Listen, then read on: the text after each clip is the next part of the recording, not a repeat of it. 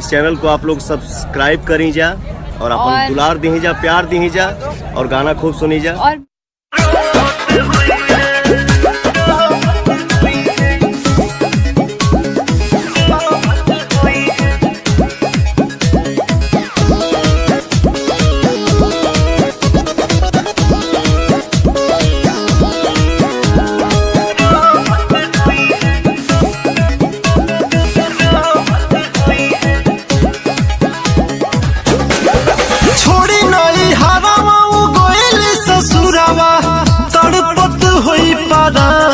जन्म छोड़ी नहीं हरावा गोइल ससुरावा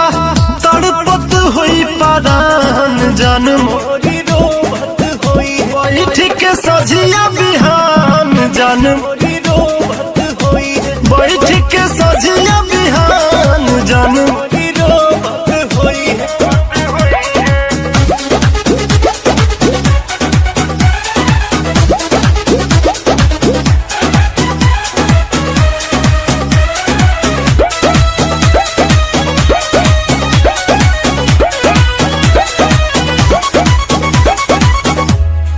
हमके देखला बिना रात कैसे काटत होई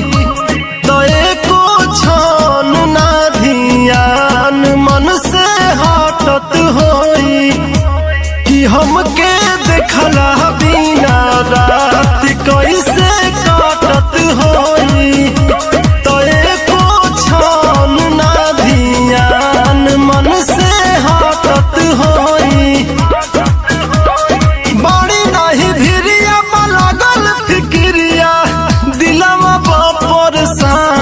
जन्म बाड़ी नहीं भिरिया लागल फिक्रिया दिलवा बापर सान जन ठीक सजिया बिहान जन रोहत होई है बैठ के सजिया बिहान जन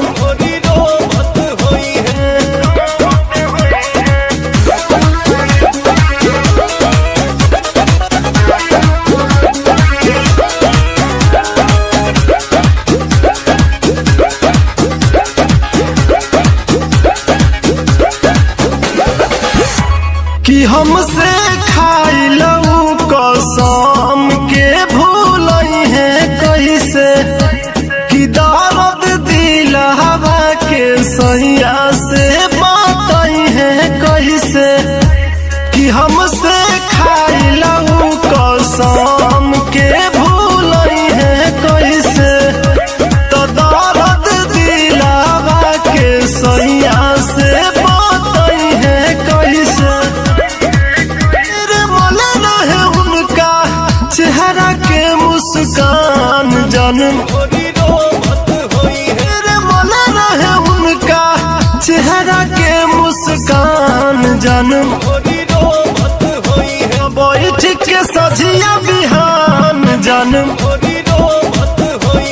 मत होई है बैठ के सजिया बिहान जन्म मत होई है। मैं प्रॉमिस करती हूँ कि पवन जी के सारे अपडेट्स